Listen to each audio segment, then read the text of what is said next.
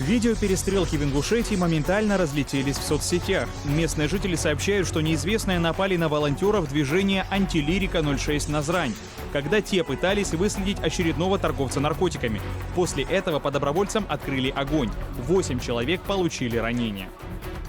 Движение «Антилирика» создано на базе администрации города Назрань. В пресс-службе ведомства нам дали контакт представителя этого антинаркотического движения. Говорить с нами по скайпу или назвать свое имя мужчина не захотел по соображениям безопасности. Попросил называть его Мусой.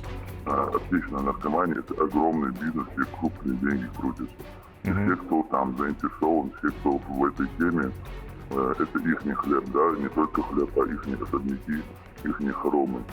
Наша деятельность полностью противоречит их путям, поэтому они нас, естественно, ненавидят, и они якобы наши враги. По словам Мусы, движение против незаконной продажи психотропного препарата «Лирика» есть в каждом городе и селе Ингушетии. Все добровольцы работают анонимно. За год работы они выявили и изъяли около 2000 единиц запрещенных препаратов и около 100 торговцев различными наркотиками. Мы видим, кто употребляет, слушаем, да, кто этим занимается, информацию собираем. Собранная информация аккумулируется в одном месте и потом принимается решение, по каким направлениям работать.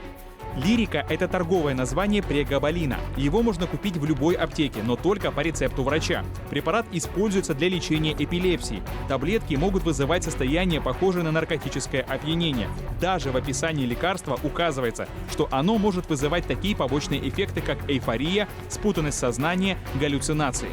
В больших количествах будет оказывать и токсический эффект, и вызывать зависимость, и, соответственно, те же самые синдромы отмены, как и при других наркотических веществах. Когнитивные функции тоже очень выраженное влияние, то есть снижение памяти, нарушение мышления. По данным российских СМИ, приобретать популярность в стране препарат начал с 2013 года. В 2015 году «Лирика» и другие психотропные препараты внесли в перечень лекарств, подлежащих предметно-количественному учету. Но это не помогло. Препарат легко можно было купить в аптеках России без рецепта. В интернете десятки видео людей, употребивших «Лирику», в том числе и дети.